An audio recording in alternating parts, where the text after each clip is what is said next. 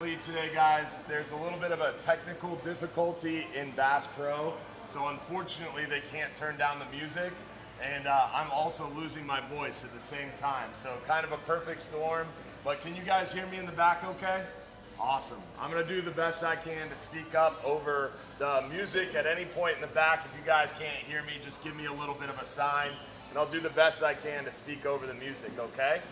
We also got some cough drops up here and plenty of water, so hopefully I'll make it through.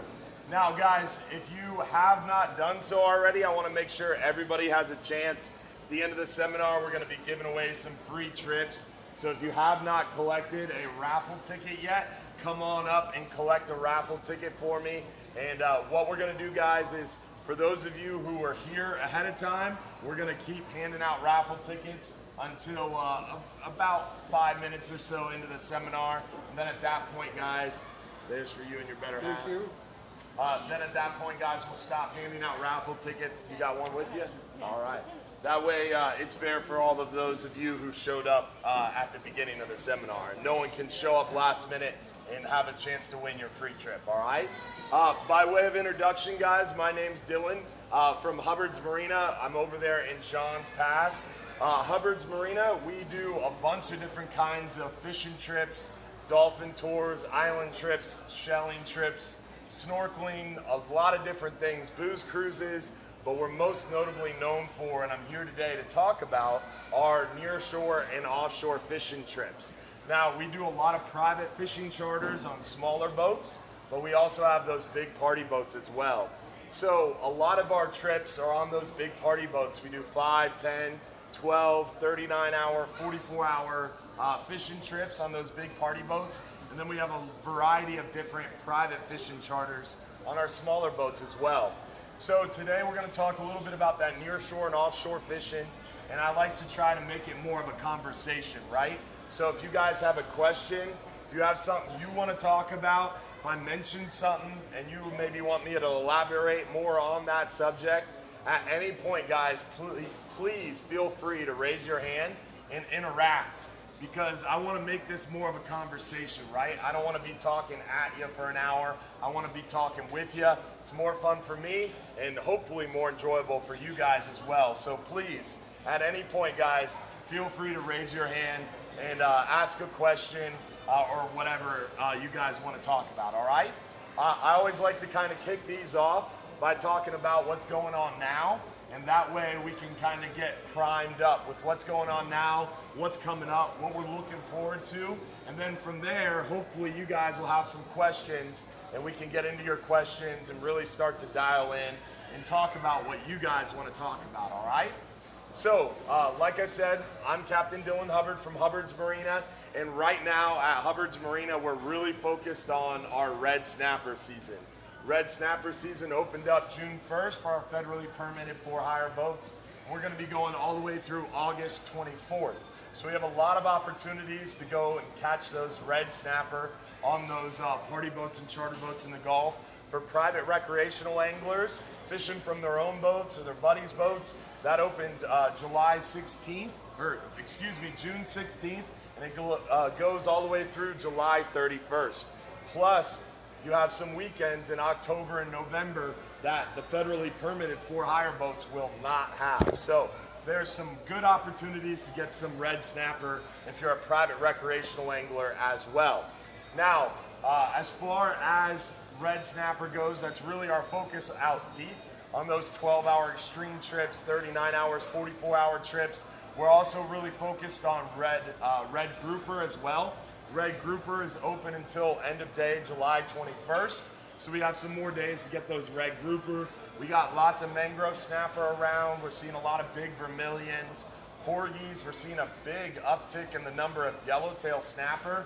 We're seeing a lot of mutton snapper as well. So there's a lot of opportunities for a variety of different snapper and some of those scamp grouper out deeper too. So lots of grouper and snapper out deep near shore. And by my definition, near shore, when I mention it in this seminar, guys, is from the beach out to about 20 miles or from the beach out to about 100 foot. And then offshore is 100 foot and beyond or about 20 miles and beyond. So that's what I mean when I say near shore, offshore. So near shore, inside 20 miles, inside 100 foot, we're really focused on those lane snapper, those mangrove snapper. We're seeing a few of those red grouper still, and maybe a handful of hogfish here and there. Inshore right now, it's all about the snook around Johns Pass. We're seeing a lot of mangrove snapper. Redfish bite is pretty active up in the trees and along the mangroves. We're seeing a lot of the flounder, some pretty good pompano action. Tarpon are here, and there's a lot of sharks this time of year. So lots of good action, inshore, near shore, and offshore. And today we're gonna kind of focus on that near shore and offshore stuff. But we can talk a little bit about inshore, but I don't want to spend the whole seminar on it, okay? Now, does anybody have any questions to get us kicked off here? The seminar is that good, huh? It's already over? Great question. So a minimum depth on red snapper is a good place to start for red snapper would be about 120, 130, up to about 140, 150. If I was gonna run a trip, take someone's money and take them out fishing for red snapper, I personally wouldn't want to start less than about 150 foot of water. Around 120 to 150 foot, you start to catch red snapper, but you don't catch a lot of them and you don't catch the real big ones. Once you get beyond about 150 foot, you start to get more red snapper more consistently. You start to have a chance for some of those bigger ones. The 14 to 18 pound fish, they really start right around that 150, 160 foot mark and beyond. So minimum depth, 100, 120. Really minimum depth to get them consistently and have a good chance at some big ones, 150-ish. But great question. As far as tackle goes for red snapper, I like around a 60-pound leader and about a 6 or 7/0 hook. You don't need real heavy leader because generally red snapper are going to be up in the water column or just above the bottom, and they're not going to dig into the bottom and try to break you off like a gag grouper will. Now, if you're fishing a big piece of structure, like a big peak or a big artificial wreck or a reef, they will run along the bottom and they can break you off or get you tangled up. But for the most part, they're gonna be mostly running kind of out and away or with the school, so you don't have to really gear up super heavy. Like the 100-pound test, the 120-pound test is overkill for red snapper. 60 to 80-pound test, 6, 7, 8/0 hook. Generally, your hook size is going to be mostly dictated by the size bait you use. If you use a big old strip of squid or a big strip of bonita, then you're going to have to use a bigger hook. But if you're using a small thread fin, you can really get away with a 6, 7/0 hook for those red snapper. And then you dial the leader size back based on your bite, right? So if you drop down with 60-pound test, you're catching fish, things are good, stick to that, obviously. But if you drop down 60 or 80-pound test, people are catching fish around you, but you're not catching them as quickly, that's when you might want to consider dropping down in leader size.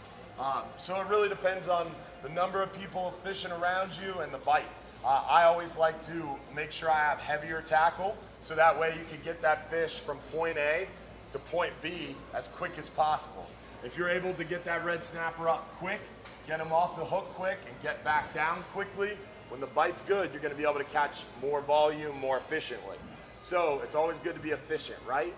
So I like making sure you have the right tackle for the job to get that fish up quick, get them off the hook quick. Then I can go back to fishing for mangrove snapper or red grouper or vermilions or yellowtails once I get my 4 red snapper on that 39-hour or my 2 red snapper if it's a day trip.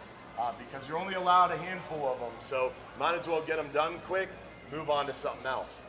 But if you're fishing in your own boat, how many of you guys have a 28-foot boat or bigger, or have access to one? A few of you? All right, so for those of you who do, you can still utilize our website at hubbardsmarina.com, even if you don't plan to fish with us.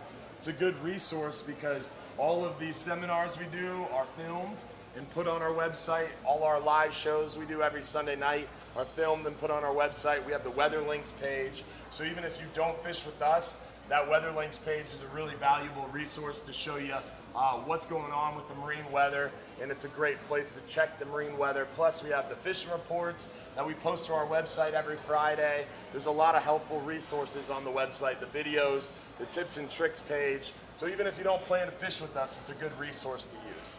Did that answer your question? Now, as we get rolling, guys, everybody got a raffle ticket, right? Last call on the raffle tickets. All right, very good. All right, any other questions? So you're talking about 60-pound leader. Right? Yep. Like the main line, how much pound do you recommend going out there with a bigger red snapper? So main line and rod size are really dictated by your reel. Your reel is the winch that connects you to the fish. Your reel helps you to reel in and retrieve that fish. And it also, its main function is the drag. Once you've hooked the fish, in order to keep them hooked, you want to have a good, consistent, smooth drag. Something that's not going to be jerky on the fish, something that's going to allow you to fight that fish, tire that fish out, and get them to the boat. But what helps you to feel the bite, what helps you to tire the fish out, is that rod. The rod is going to help you, give you that sensitivity to feel the bite. The bend of the rod is ultimately what the fish is biting most and what is tiring the fish out most. So your rod is really important along with your main line choice, but it is all dictated by your reel. So I often see folks have a reel with 25 pounds of drag rating and they'll put 60-pound main line on it. That doesn't really add up. If you've got a conventional reel with 25 pounds of drag, 40 pounds of main line is overkill at that point, because essentially all your drag is able to hold is 25 pounds. So if you've got a 40-pound main line, you're almost double your drag capacity. So that's plenty. You don't have to go above that. Your leader is going to be what might touch the bottom of the gulf, right? The leader might get abrased on the side of the fish's mouth or underneath that ledge, or in that bottom. But your main line is virtually almost always going to be up in the water column. Now, sometimes if you're fishing some structure, it might get a little close to bottom. And that's when top shots come into play, especially if you're using braided line, you have to use a top shot. But for the most part, your main line isn't going to be in contact with the bottom, so you generally match your main line up with your drag capacity. So if you got 40 pounds of drag, you'd want a rod that's maybe rated 30 to 80 pounds, or 20 to 50 pounds, or 30 to 50 pounds, and a main line of maybe 50, 60 pound test. And then you could put an 80 pound leader on it. You could put a 100 pound leader on it if you wanted, but it doesn't make sense to put a 100 pound main line on a reel that is only rated at 40 pounds. You know? You follow what I'm saying? Any other questions? Yes, sir.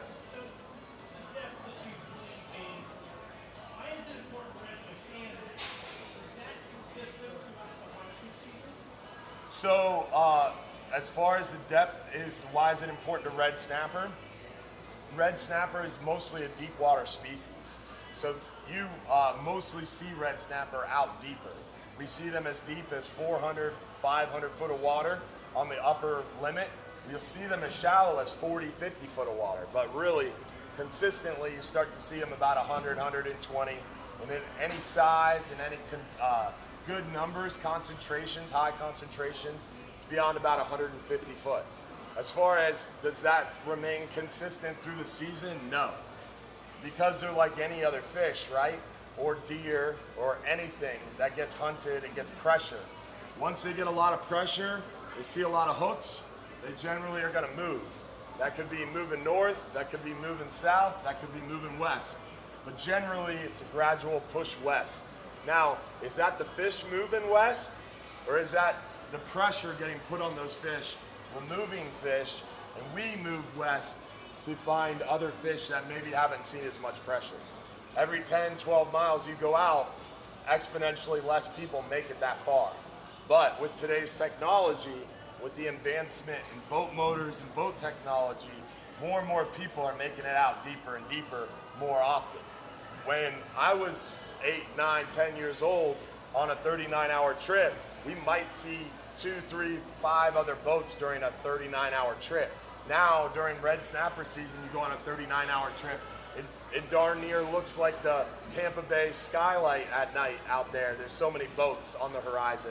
So there's just more people out there doing it. So they see more pressure, so they push a little bit deeper, or more removals happen and you have to move a little bit deeper. But we have a lot of area that allows us to still catch those fish, and we generally do pretty well all the way through the season. The way the private recreational season is set up is kind of nice for private recs, because you have a short season in the summer, and you have those weekends in the fall and winter that you're able to continue to fish, and those fish haven't seen as many hooks, and they haven't had as much pressure at that time too. So kind of spreads it out a little bit and gives them a break, gives them a little breathing time.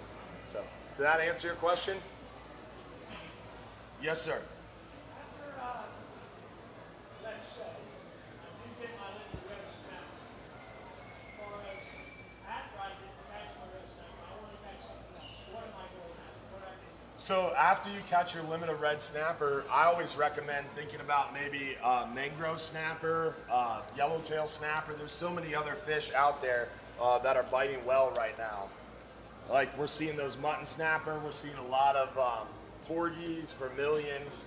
There's a lot of other species that are good eating, and in my opinion, red snapper are one of those really overrated fish, right? There's a lot of red snapper out there. They're easy to catch, and we catch them really quickly when the bite's going well. So I always kind of go into it with a secondary option. What I recommend doing, like I mentioned earlier, is try to catch those red snapper as quick as you can, and then you can move on to some other species like those mangrove snapper. Because keep in mind, on that 39-hour trip or that 44-hour trip, you're allowed a 2-day bag limit. So essentially you're allowed 4 red snapper, and then you can catch a lot more mangrove snapper or yellowtails or muttons. So you got a lot more fish to catch. So getting transitioned into another species enables you to keep continually fishing and harvesting as much meat as you can.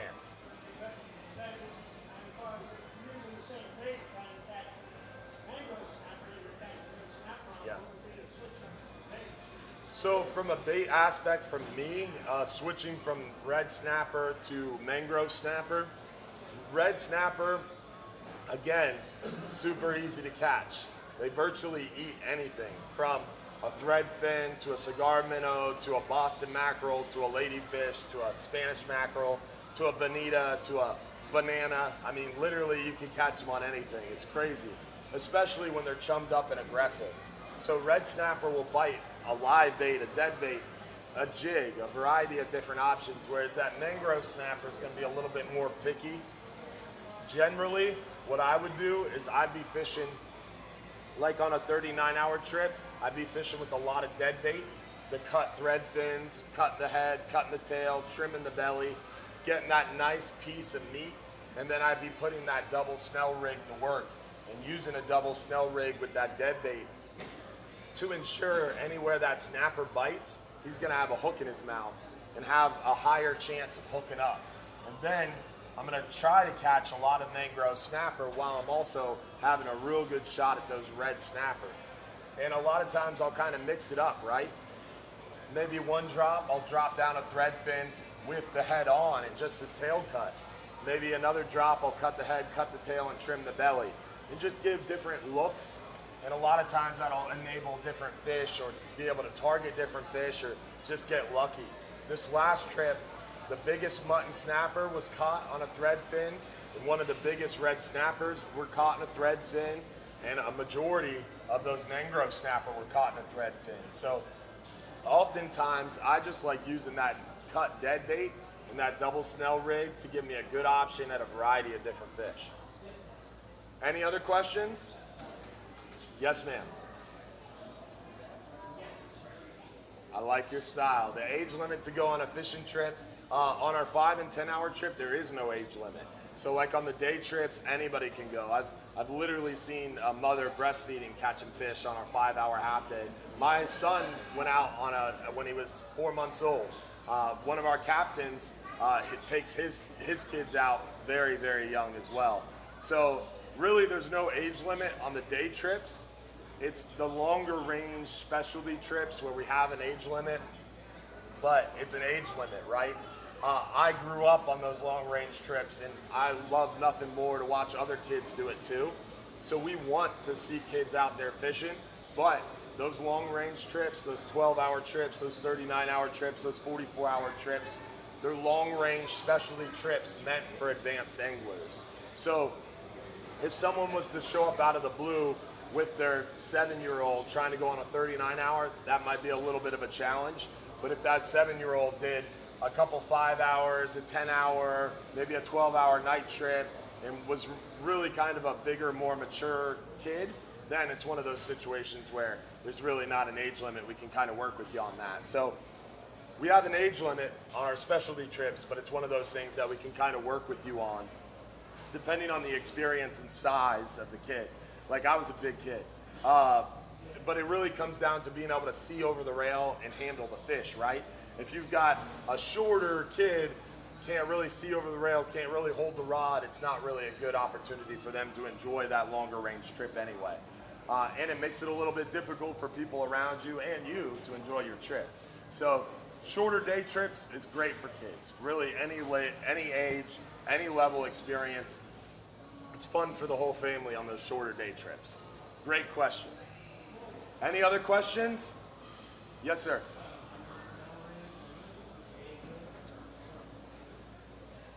So on the type of hook, we have to tell you the law.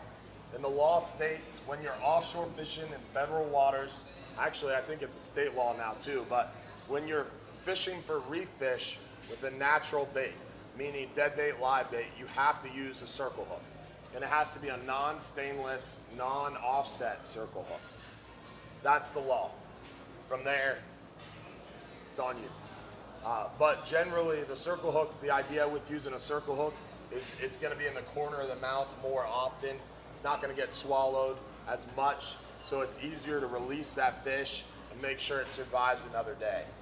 To me, it's really important just to follow best practices as far as making sure you have a good de-hooking tool, making sure you're proficient in de-hooking that fish, and then also make sure you have a venting tool or descending device nearby in order to properly release that fish. If you get them up quick, you get them off the hook quick, you get them back in the water quickly after being vented or descended, you're good to go. That fish will live another day. The problem is people reel up a fish, fumble around getting it off de-hooked, then take a 30-second Instagram photo shoot with it, and then it floats away and dies, and it's a wasted fish. So we want to try to get it up quick, off the hook quick, vent it quickly, take a quick photo with it, and then get it back in the water. Especially, if it's being harvested, take as long of a photo shoot as you want, because it doesn't matter, right? But if it's going back in the water, you want to get them back in the water quickly. Yeah, but great question. Yes, sir. Red grouper offshore on the 39-hour trip. The trip that got back this morning is live bait was the trick, pinfish specifically. But dead bait overall, generally in the summertime, is a good idea because the water's warm and it's just hard to keep pinfish alive this time of year. So limiting the number of pinfish you bring with you is a good idea. What happens sometimes is people will go out in the middle of June or July or September. The water's 90 some degrees and they'll put 5 dozen pinfish in their live well. By the time you start fishing, none of those are going to be alive. They're going to be all dead because of the number of fish, the hot water. Whereas if you only put a dozen or two in your live well, the chances of you having a dozen or two when you start fishing is going to be a lot higher, even with that warmer water. So trying to limit it is a good idea just for that aspect. But dead bait generally works well because fish are like you and I. When it's 90 degrees outside in the afternoon and you're working outside in the heat, what do you want to do at 2 o'clock in the afternoon? You guys feel like having a steak dinner? Heck no. You guys might eat a power bar in the shade after you slam a cold water or a cold beer, right? So we want to go to the shade, we want to find some relief, and we don't feel like having to work hard for our meals or having a big meal. So those big, lively live baits aren't a good option in the hot summertime. Really, those big dead baits that you drop down there and you let soak are a better option come the summertime because those fish have the opportunity to lazily eat that dead bait, and that smell drives them crazy, right? Because it's kind of like you don't feel like having a big steak in the afternoon at 2 o'clock when it's blazing hot out.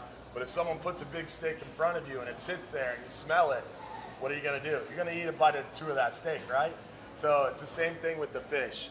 That big, smelly, oily dead bait is a good idea when the water's hot. And the same thing applies inshore too. That's why redfish really like those cut mullet, cut ladyfish this time of year, up underneath those mangrove shorelines. That little bit of shade, that big piece of cut oily dead bait is a great option for those redfish. And the same thing applies offshore for those red grouper. That big, oily, smelly dead bait gets them excited. And I even like taking chunks of some of my favorite summertime red grouper bait is that cut fish that you get out there, like one of those gray snapper or white grunts. You could plug that, you could butterfly that, you could get a squirrel fish, butterfly that, lizard fish.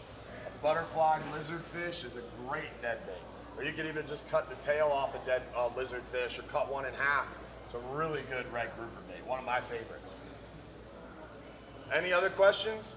You got a trip coming up after that with you guys on the 39-hour trip.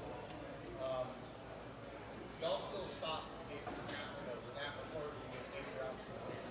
Yeah. What would you recommend for the snapper and for the bigger group as far as equipment and the size of the rod? Yeah. So his question was about our 39-hour trip and trying to target different species. The cool part about our website, again, is we really try to put a lot of information there. So we try to make it as easy as possible to learn as much as you can or as much as you want before a trip. We're always adding more information too. But to answer your question, on that 39-hour trip come gag grouper season, September, October, the first 10 days of November, I would come out there with 3 different rods, for bottom fishing at least. The lighter of the rod would be 25 to 35 pounds of drag, like 40 or 50 pound main line, 40 or 50 pound leader, and 40 pound or 50 pound leader with 6/0 double snell hooks. And I'd be using that at night when we start fishing all the way through daytime, targeting mangrove snapper with smaller chunks of cut breadfin. Come daylight, a lot of times we'll try to hit a sunrise bite where you have a chance for some gags, and I would break out a bigger reel at the very beginning and very end of that spot, and I'd probably bring something like a 9/0 reel, something really large with a low gear ratio and at least 40, 45, 50 pounds of drag, and I'd be having an 80 pound main line and a 100 pound leader and a big glide bait or a big dead bait, and I drop that down on a 10, 12/0 hook for one of those big gag grouper. And then if I don't get one after the first 5-10 minutes and people start catching mangroves around me, I'd reel that up and switch to that lighter rod and reel and start targeting mangroves again. Me personally, I would much rather catch my limit of mangrove snapper quickly than I would trying to target gag grouper myself. And then once I limit out on mangroves, then I go to gag grouper. But if you're really focused on the gags, you want to try to stick with that bigger rod and reel setup and that bigger bait more often. So some people, like if you listen to our radio show, you've heard Mike Mahoney and I go back and forth a few times. And he's the type of guy, my father's the type of guy who will drop down a big bait and sit there for an hour. Just sit there fishing for a big fish with a big bait. I don't have that patience. That's not me. I don't like fishing. I like catching. So I like using a smaller chunk of bait, lighter tackle, and catch those mangrove snapper and just have fun doing it, right? Or switch up, maybe try jigging or other styles of fishing, just because I can't sit there and wait like that. But in order to catch a big fish, you gotta have a big bait, you gotta have big tackle, and you gotta have some big patience. So I like dropping it down at the very beginning, the very end of a spot, because a lot of times that biggest gag grouper is gonna come up right in the very beginning of the spot. he's gonna bite right in the beginning of the spot. Now, does he come up? That depends on the angler who hooks him, right? Or he'll get broke off, or he'll spit the hook. But generally, right at the beginning of the spot, or right at the end of the spot, if you drop down something unique, like everybody's been fishing with dead bait and smaller live bait and jigs, and all of a sudden you drop down a big old chunk of cut bonita at the end of a spot, sometimes that big gag grouper who's been hanging back will come up and be enticed to eat. So the very beginning and the very end of the spot is when I like to try to drop that big bait for that bigger fish. But if people aren't catching grouper, I'm gonna switch back to mangrove snapper. But generally, for mangroves, using something like 25, 30, 35 pounds of drag with a high gear ratio, 40, 50 pound line. For gags, 80, 100, even 125 pound leader with a bigger reel, 40, 45, 50 pounds of drag. And then normally you bring one in the middle, something 35, 40 pounds of drag, 60, 80 pound line. I got that sea fire line on. I got Yep. 100 pound loose line, and I got it set up at 155 pound leader and a 10 ounce weight. That's perfect. Yeah, 9/0 with a 100 pound main line, 125 pound leader, and a 10 ounce lead. Sounds great for gag grouper. Any other questions, guys? Yes, sir.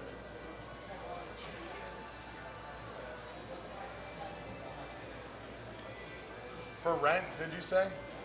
So on a rental rod, what our rental rods do on all of our trips is they do a little bit of everything well, right? So we don't give you, like on that 39 hour, we just talked about how I'd recommend 3 different rods, right? But if you rent a rod and reel, we're gonna give you 1 rod and reel because it's gonna do a little bit of everything well, and then you're gonna switch out the leaders to kind of match what you're fishing for. So it's gonna have 60 pound main line, it's gonna be a 6/0 reel, it's gonna have about 35, 40 pounds of drag. And then you can put an 80 pound leader on it or a 100 pound leader on it, or you can put a 40 pound leader on it and kind of tailor the leader towards what you're gonna catch. Now, what I recommend to everybody is start small, right? If you're a newbie fisherman, you just moved here, maybe you're just learning, start small. Start with a 5-hour half day. Figure out if you get seasick. Figure out if you like offshore fishing. Get your sea legs. Then step up to a 10-hour trip. All right, can I handle a longer day? Am I still getting it? Am I getting used to deeper water? Then maybe think about investing in some tackle. You can invest in some mid-level tackle for $200, $300, $400 and have something like that rental rod that does a little bit of everything well. Then do some more 10-hour trips, maybe try a 12-hour night trip. Then at that point, maybe invest in some higher end tackle and maybe think about one of those specialty trips, maybe a 12-hour extreme or 39-hour trip. Then from there, that's when you start adding to your repertoire of tackle and you start building your tackle. I always recommend getting that middle of the road rod and reel first, something that does a little bit of everything well, like that rental rod. So that way you can use it on a 5-hour, a 10-hour, or a 12-hour. And then as you're getting more advanced and deeper, then you're investing into something a little bit higher end, something that's gonna be able to handle a little bit bigger fish. And then from there you can kind of build it out. Get that big rod, get that lighter rod, and you can go down a black hole quick. So that's what I would recommend. No, there's no such thing as too much tackle. No such thing. Oh yeah. You can get big tackle too, but it's all good. Any other questions, guys? No other questions. We covered everything, huh? How much is it, 39 hour? So our 5-hour half day is $84.95. 10-hour all day is $139. 12-hour night trip is $184. And then 12-hour extreme is $400, $399. 39 hours, $499. Yeah. Testing my memory.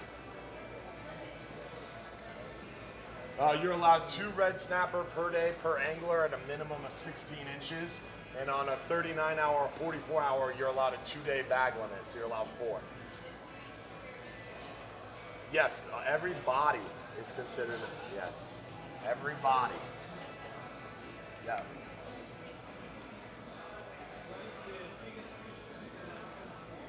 The biggest fish you can catch, it depends on what your definition of a fish is.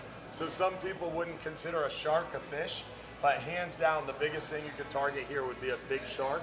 We get some 10, 12, 15-foot sharks on our beaches this time of year. In offshore, even bigger. You can get Goliath grouper, which some people would consider targeting a fish, but they can be 4, 5, 6, 800 pounds. You can get some really big gag grouper on our longer range deep water trips in the 30, 40, 50, 60 pound range. Red snapper, a big one's like 20, 25 pounds.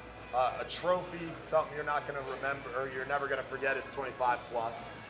So it kind of depends on the species, but each species kind of has a big one, right? Like a mangrove snapper, anything over about 9 pounds is a real trophy, something to write home about. Yes, sir. A what? Yeah, Warsaw, they get really big. They're right. Good call. Any other questions, guys? Yes, sir. Favorite fish to catch for me personally would be a mangrove snapper.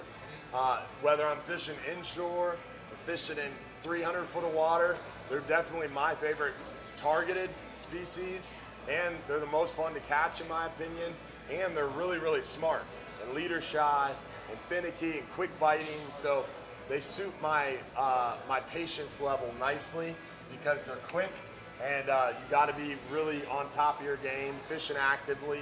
And I would recommend to anybody starting out offshore fishing, target mangrove snapper, because if you become good enough to feel the bite and contact the bottom and set the hook on mangrove snapper consistently and often, that skill transfers to everything else.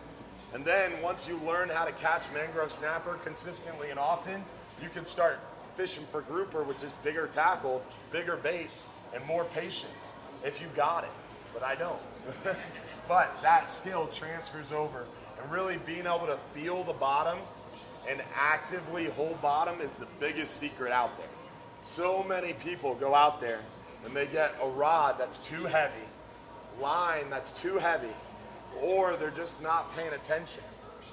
A lot of times, even inshore, you see folks not paying attention, not keeping that line tight enough. That fish bites and they miss the bite. They don't even know the bite happened. It's really comical to us. We'll drop down video cameras, and we have a lot of underwater footage on our YouTube channel, but one of our crew members, Mikey, has a YouTube channel called Mikey's Fish Cam, and he drops GoPros down a lot during our trips. It's so funny to watch baits around that camera. Literally, the bait is doing this on the bottom. Oh, I'm gonna lose some raffle tickets. The bait is literally bouncing up and down the bottom, so much so where it's going like this on the bottom. And there's no way a fish could bite it even if it wanted to. And literally fish are chasing the bait, trying to eat it, and they can't because it's moving up and down so much. You gotta remember, even if it's flat calm out there, the boat's still moving a little bit. So you, as an angler, have to make sure you're moving with the boat to compensate for that. I call it dancing with the boat. I can look up the side of the boat and know whether or not someone's gonna catch a fish. Because that guy standing there, drinking a beer, talking to his buddy, isn't gonna catch a fish. He's most likely gonna miss every single bite and only catch one if there's a really aggressive fish that comes up and bites his bait and starts pulling on that line. You wanna make sure you stay in contact with the bottom, but not so much so where you're gonna disturb that lead. Because that lead sitting on the bottom, guys, is a heavy piece of lead. The bottom that we fish is limestone bottom that's covered with this really fine limestone sand. So that lead sitting on the bottom, if it moves even a little tiny bit, even the slightest movement, causes a puff of sand. And that puff of sand is enough to scare away any smart fish. And a lot of you guys out here are smart. You've been around the block once or twice, right? You've experienced a few things in your life, right? You get smarter every time. You don't make the same mistake twice, right? Those fish are the same way. We talked about it earlier. These fish see a lot of hooks. They get a lot of pressure, so that makes them even smarter. So that little puff of sand is enough to make sure you're never gonna get that 9-pound mangrove or that 20-pound gag. But that little 8-pound teenage gag, he'll still bite your bait. He's silly. He hasn't learned his lesson yet, you know? So you want to catch that really big quality trophy fish, you gotta actively fish. Stay in contact with the bottom and know and learn the difference between a bite of a big fish, a bite of a small fish, feeling whether or not you have bait. You should be able to lift your rod tip up and drop it back down to the bottom and know whether or not you still have your bait. Even in 200 foot of water, you should be able to do that. And that all comes with practice and learning this feel of the bottom. You want to keep your line tight enough to feel your lead, but not disturb your lead on the bottom. The reason we fish with slip leads is because of that pressure that we talk about. So these fish see a lot of lines, they see a lot of leads, they see a lot of hooks.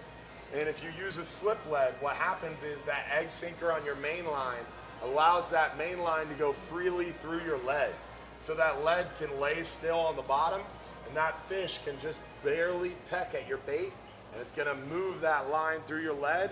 And thus, if you're actively fishing and you're holding that line tight enough to feel the lead but not disturb it on the bottom, you're gonna feel every single thing that happens to your bait. You're gonna be able to set the hook more quickly, react more quickly. You're not gonna get hung up in the bottom as easy. You're not gonna feed the fish. You're not gonna miss the bites. You're gonna catch more fish. So, I forget what the question was, but definitely you wanna learn how to make sure you're feeling the bait, feeling the bite, and actively fishing. So a few key things: making sure you hook your bait naturally for a good presentation, making sure it doesn't spin on the way to the bottom, making sure you hold bottom, and then making sure your fingers on the trigger, as you could say, meaning your hand is on the reel handle, you're ready to start cranking. Because offshore, we don't yank up, don't be a jerk, reel. When you feel the bite, you gotta start reeling. So hook it naturally, make sure it doesn't spin, hold bottom, make sure your finger's on the trigger and you're ready to start cranking. If you do those things well and dial that in well, you're gonna really up your game exponentially offshore. Yes, sir.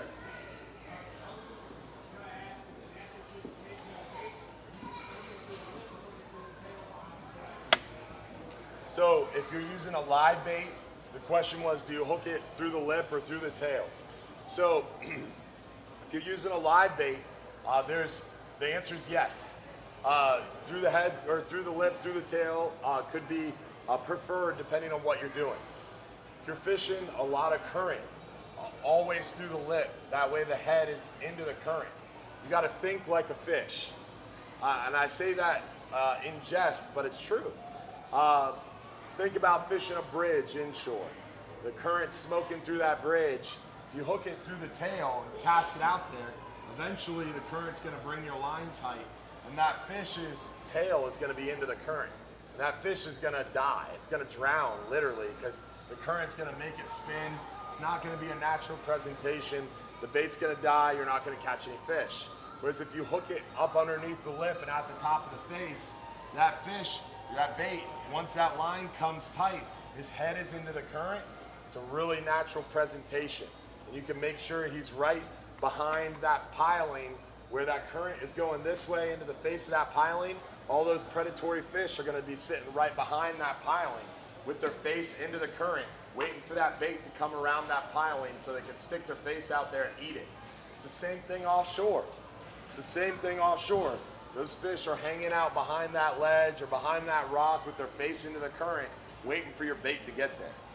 A lot of times nowadays with the strike lines charts, the Seymour maps, the Garmin release shading, all that technology that's out there, and now the trolling motors with the GPS in them, there's not many secrets left. But getting your bait to the fish presented in a natural way at the right time of year, the right time of day, it's the last little bit of secret left. And if you're paying attention, it's not a secret either, because people will tell you. But making sure your bait is to the fish is super important. And that's really, really key. And a natural presentation is important. So to answer your question, if I'm anchor fishing, generally hooking it behind or from the tail is a better idea, because once it gets to the bottom, the lead's going to hold it on the bottom, and that fish with that hook in the back of that fish, it's going to naturally be tilted up with its face towards the surface, and it's going to naturally try to swim away from that lead and struggle. And that struggle is going to be ringing the dinner bell and attracting fish to it. But the problem is as that lead pulls that fish to bottom, that fish is getting pulled tail first to bottom. So he's going to start to spin, and he's going to drown on the way to bottom. So if you're fishing in 200 foot, and you hook him from the tail, you're going to kill your bait before it gets to bottom. So it is the best way to hook it once it gets to bottom.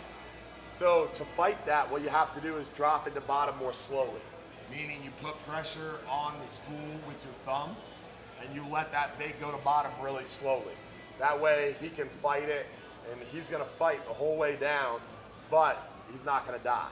And then if the bite is good, like I talked about earlier, the very beginning, the very end of a spot, the beginning of the spot, I'm always going to go up underneath the jaw, out the top of the face. The reason why? I want to be first. I want to be the first one to bottom with that big live bait. And in order to be first, I want to drop him quick, right? So if I hook him up underneath the jaw and out the top, that means his face is going to be pointed down, and I can rocket him to bottom and he won't die. He's going to get plenty of air, he's going to be fine. So I can shoot him to bottom really quick, sit down there, fish for a little while. If it's not happening, I'll reel him up.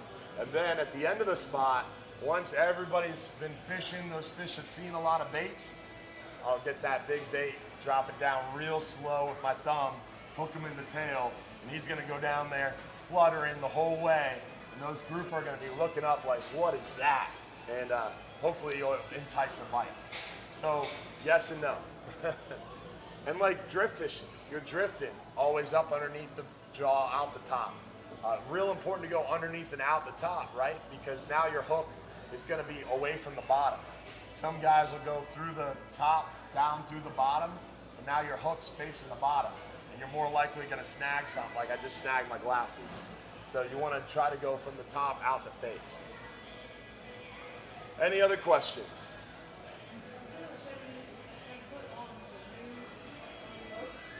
The what? Right now it's kind of in a holding pattern because of interest rates, right? So just like not a lot of people are buying new homes, a $4 million note is pricey with a big interest rate. What? If we get a new boat, when we get a new boat, it'll be very similar to the Florida, just a little bigger, a little wider. But because of our pass, because of our bridge, and because of federal laws, we're not going to be much bigger than the Florida. Because once you get above a subchapter T vessel, you have all these ridiculous requirements like AIS. You have to have all this fixed bilge stuff. It really becomes too much of a technical nightmare. So if we stay in subchapter T, which is a classification of the U.S. Coast Guard and those inspected vessel rules, it makes it a lot easier to pass through inspection, and our criticism from the federal government is lower, which is always a good thing. Yes, sir. On your mango snapper lead, Yeah. what do you recommend for the length? And as for your catch, the length of the lead? Length of leader, when I'm bottom fishing on anchor, generally 4 to 5 foot. Really, most of the time I cut lines my arm length, which is about 6.5 feet, and then I'll tie my knots. And then once I finish a bunch, maybe 4 or 5 liters, then I kind of cut them all to size. But generally, I want it to be a little longer because I like pulling a lot of tag line through and doing a nail knot. So I need a longer tag line. So I normally tie them, pre-tie them 5, 6 foot, and then I'll either keep them longer or shorter based on the conditions. So if it's a little bit more people around me, shorten up my leader.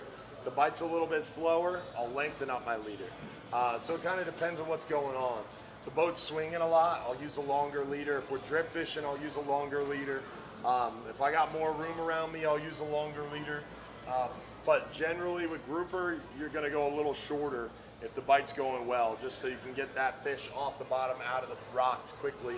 The bite's going good, you shorten up that leader. Bite's going bad, you lengthen up that leader. About half, like 2.5. 4 to 5 foot's a good rule of thumb. Yes, sir. Did you have a question? So mangrove snapper fishing at night is generally best. So a predominant number of mangrove snapper are caught at night. In situations like a new moon, sometimes we'll get a better daytime bite. If we got a full moon and it's a really overcast nighttime, sometimes we get a better daytime bite. It really depends on the conditions, but 9 out of 10 times you're gonna see a better mangrove snapper bite through the night.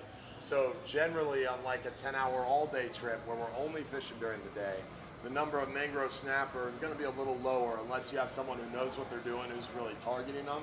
But generally, you're gonna catch more mangrove snapper when fishing at night, 9 out of 10 times. But during those 39 and 44-hour trips, you can still pick mangroves through the day. But generally, most of the time, it's a lot less common during the day. Just not as much consistency. They're more of a nighttime predator. Yes, sir. Yeah.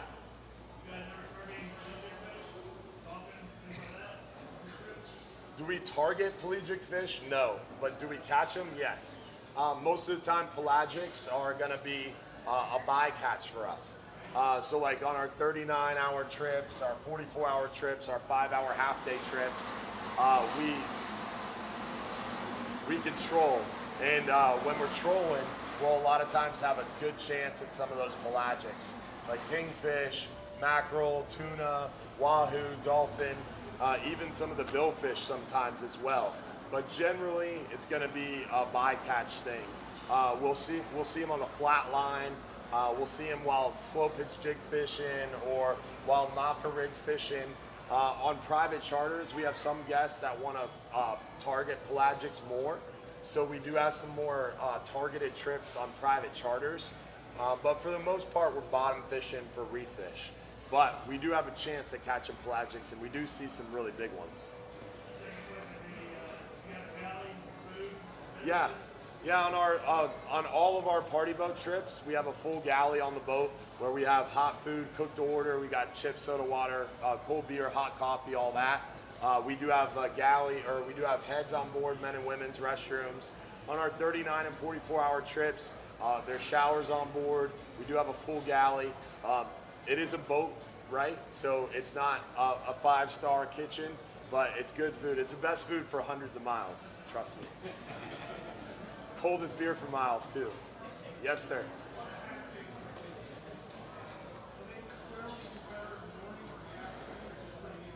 So 5-hour half days are the same species, the same style of fishing year round. Is it better in the morning or the afternoon? Kind of depends. Sometimes in the winter time when it's really cold, the afternoon will be better. Sometimes in the summer when it's real hot, the morning will be better. Sometimes the opposite is true. It really depends on what's going on in the weather. The weather dictates more than anything because we catch the same fish year round for the most part. During the cooler months, we see some hogfish more on those 5 and 10-hour trips. Spring and fall, we do more trolling for the kingfish and mackerel on those 5 and 10-hour trips. But for the most part, year round, it's gray snapper and porgies.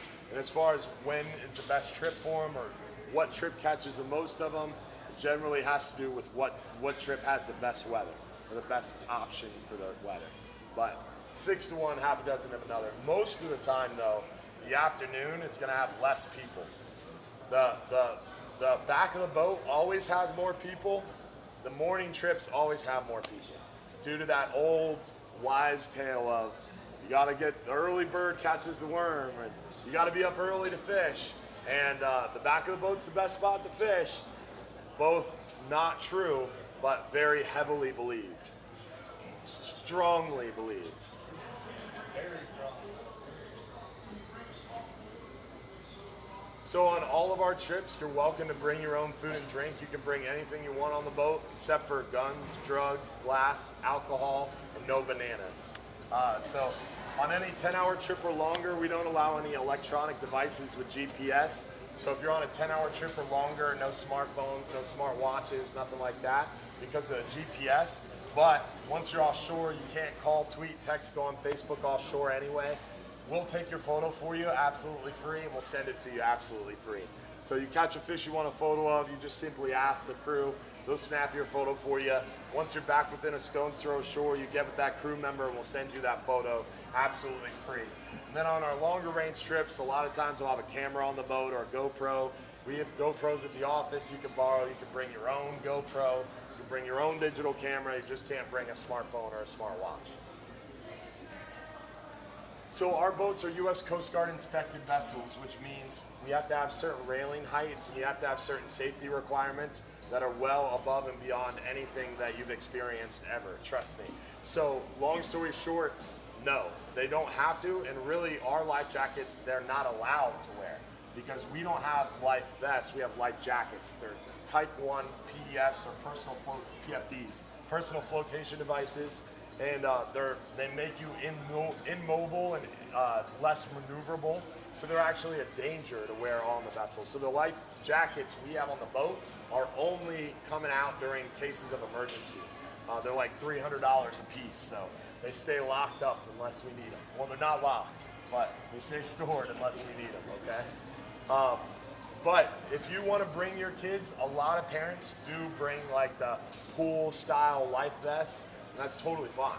You're welcome to do that with your kids, but you have to provide it because we don't have that style of vest.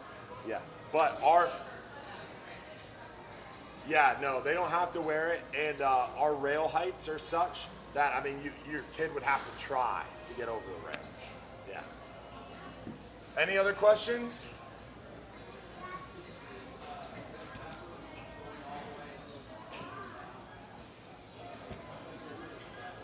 So the thing about fisheries management is that can be a good and bad thing is they're somewhat inflexible. The federal government is, so we're managed under the feds for our red snapper season, and they don't have the capacity or ability to manage a short season with in-season quotas and management. So because of how short red snapper season is, there's no way they can close our season really in that amount of time. So they're managed on a 2-month wave. So it goes in January, February is wave 1, March and April is wave 2, May and June is wave 3, July and August is wave 4.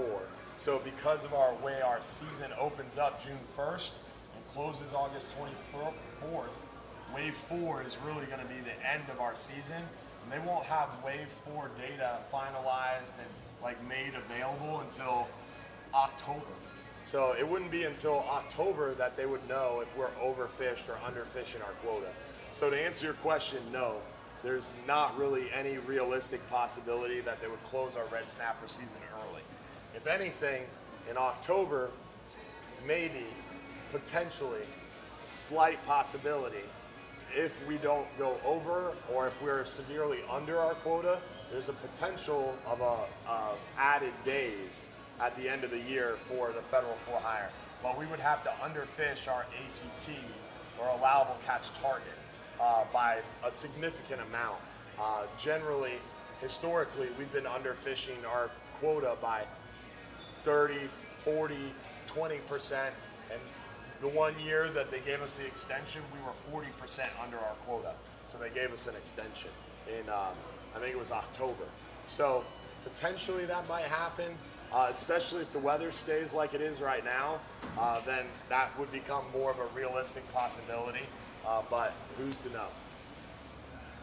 60% of the landings happen in the state of Florida. In the last 4 days, hardly anybody has been out there fishing. So, any other questions? Come on, guys, we still got 10 minutes. Yes, sir. Chumming for mangroves, generally on our boats, no. Because of the number of anglers that we have fishing, if you got 20, 30, 40 lines in the water, you really don't need chum. If you put 20 baits in the water, that's a good natural chum slick. But if you got 4 guys in your boat, it's a good idea to bring some chum with you. There are some chums out there. Saltstrong's currently working on their own chum, which I'm pretty excited about. That should be coming out soon, but there's a lot of good chum out there. Bass Pro carries Aquatic Nutrition Sport Fishing Chum, and they have a product called Snapper Up and Chum Drop, and those two are really, really good options. The thing is, offshore, what people mess up sometimes is they get this chum and they start chumming, and it's all up on the surface, or it's really slow dropping. And what happens is you're fishing here and you drop that chum in the water and it's gonna float down and down and down, and it's not gonna hit the bottom until it's all the way over here. You really wanna drop a chum that's fast sinking, so that way when you drop it off the boat, it's gonna hit the bottom where your lines are, and where your lead is, and where your baits are. So you gotta think about that. Making chum balls and trying to throw them up current is a good idea. If you look and all your lines are going at a 45-degree angle out the back of the boat, then you want to go up to the bow and start throwing chum up the anchor line, right? Into the current. So you always want to oppose the current. You want to have some fast sinking chum. Deeper water, beyond 120, 140 foot, it's really hard to get that chum to the bottom where your lines are. So then you start using things like chum bombs or chumsicles. One of the best methods that I've seen is the old red Solo cup. You can mix up your chum the day before, the week before in a red Solo cup, and then drop an egg sinker or 2 or 3 into that red Solo cup on a loop of monofilament. So you put 2 egg sinkers on a 100-pound loop of monofilament, drop it in there just like a popsicle, and have that loop of monofilament hanging out the popsicle top, freeze it, and then when you go fishing, you just toss that in the live well. You're able to pull out that chumsicle, tie it on a line, drop it at bottom, jig it once or twice, and the lead inside that popsicle will break open that chum, and it's gonna be right there where the rest of your baits are. Now, would you do that on one of our boats? No, it's not really necessary, because everybody, your closest friends around you are chumming with you. But if you're fishing on your buddy's boat with 2 or 3 people, that's a good idea, and it works well. Any other questions? Yes, ma'am.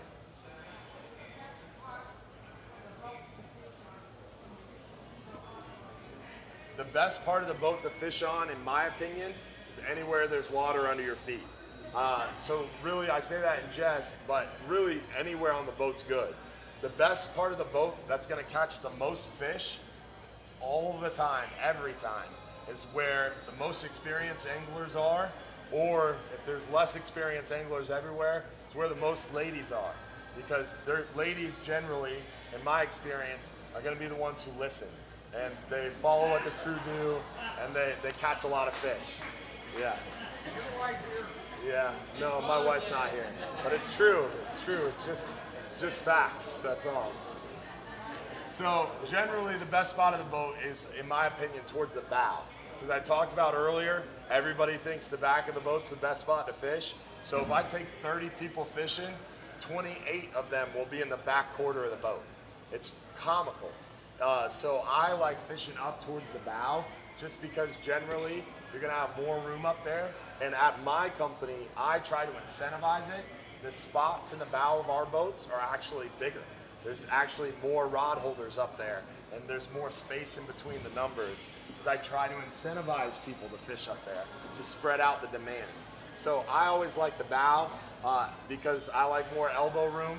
I'm not a smoker. I like being up away from the smokers. If you're on a day trip, like our 5 and 10 hour trip, we're really conscious of smoking, and we wait till the boats move and that kind of thing. But if you're on a long range specialty trip, even though it's 2023, a lot of people smoke. So there's still a lot of smokers, especially in the back of the boat, where some of those people that still believe the back of the boat's the best spot to fish are those people who have been fishing a really long time. And they're oftentimes pretty heavy smokers. So I like fishing towards the bow for that reason as well. Any other questions? Yes, sir.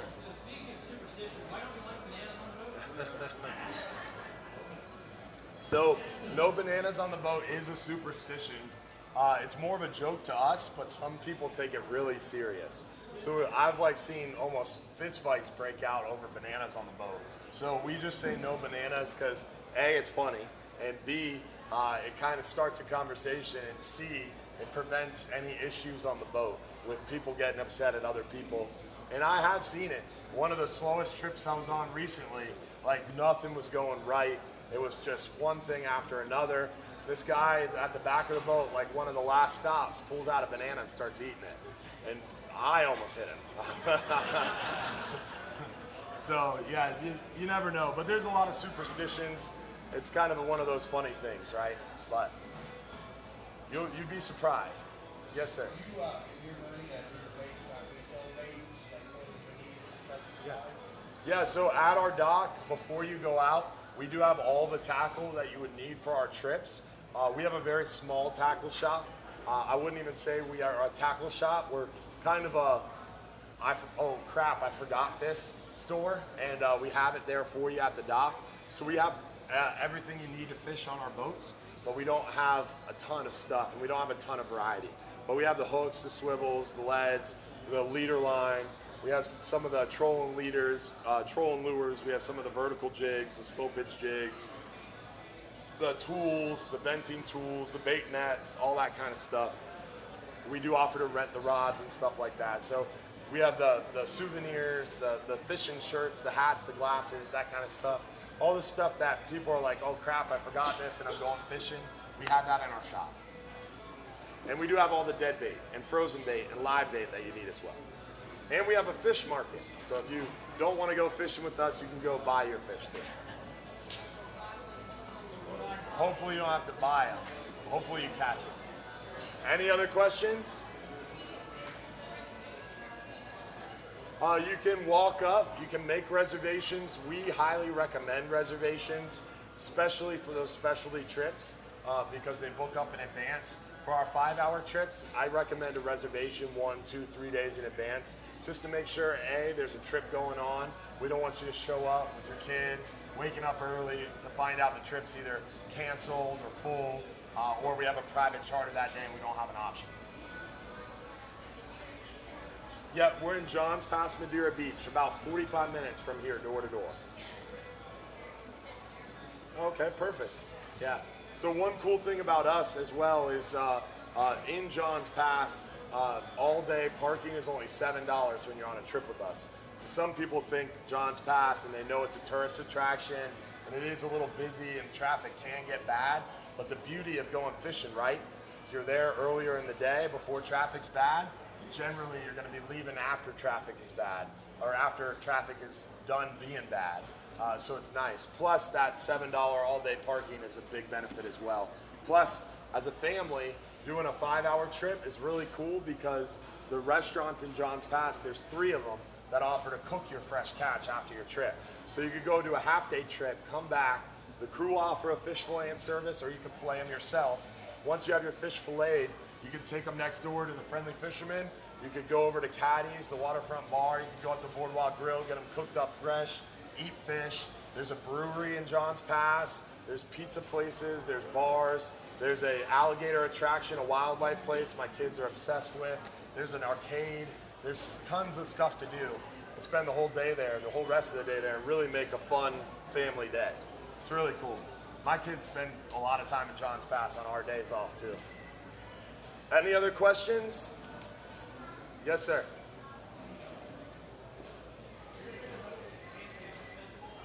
Handicap accessible, unfortunately not. So because of the way the U.S. Coast Guard regulates our vessels, we are Coast Guard inspected, which means the Coast Guard gets on the boat and makes sure they're safety compliant. And because of those requirements, they're inaccessible by the ADA requirements. We have to have 6-inch raise thresholds. We have to have heavy metal watertight locking doors. We have to have a lot of stuff on the vessel that's considered a safety requirement, but also makes the boat not accessible for ADA stuff. So it's kind of a double-edged sword, unfortunately. But we do have some partners, and we do try to work with everybody and accommodate everybody.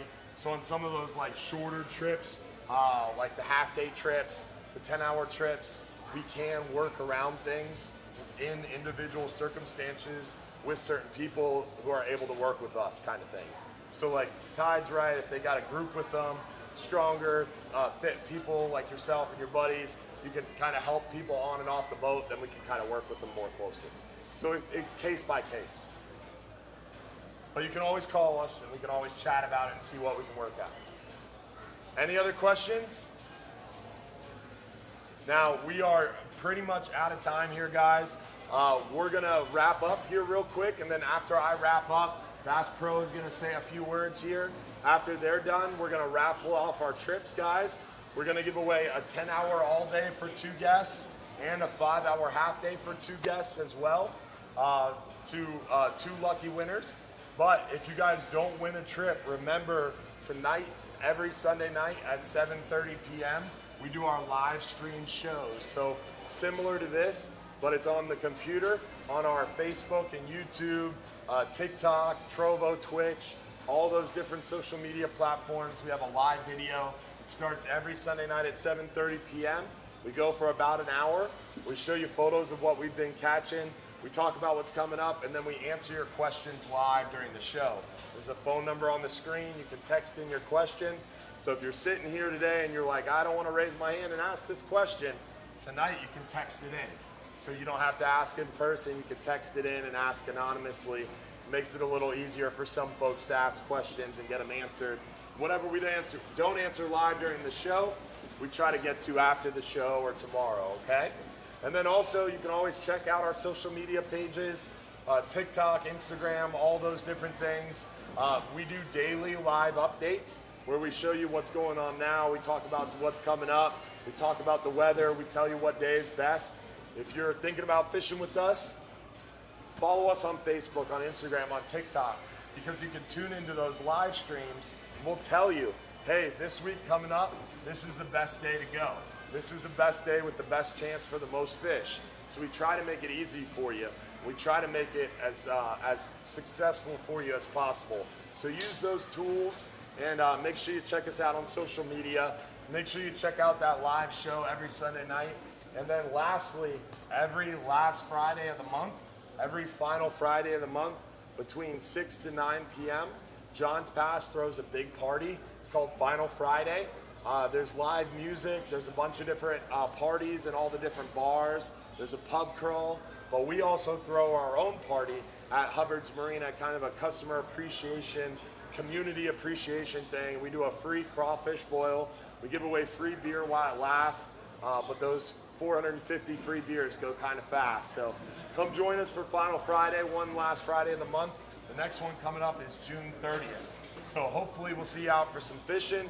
Hopefully we'll see you for those live shows. Hopefully we'll see you next month. We do these Bass Pro Shops events once a month here, typically Sunday at 2 o'clock, generally like that 3rd or 4th Sunday of the month. So stay tuned for our July dates. That'll be coming up on our social media pages, all right, guys? Now, also, if you have any more questions, if you want to chat, I'll be hanging out after as well if you want to come up and ask me some questions, all right? Thanks for coming out today. Remember, Bass Pro's going to say a few words, then we're going to do our giveaway, so don't go anywhere, guys.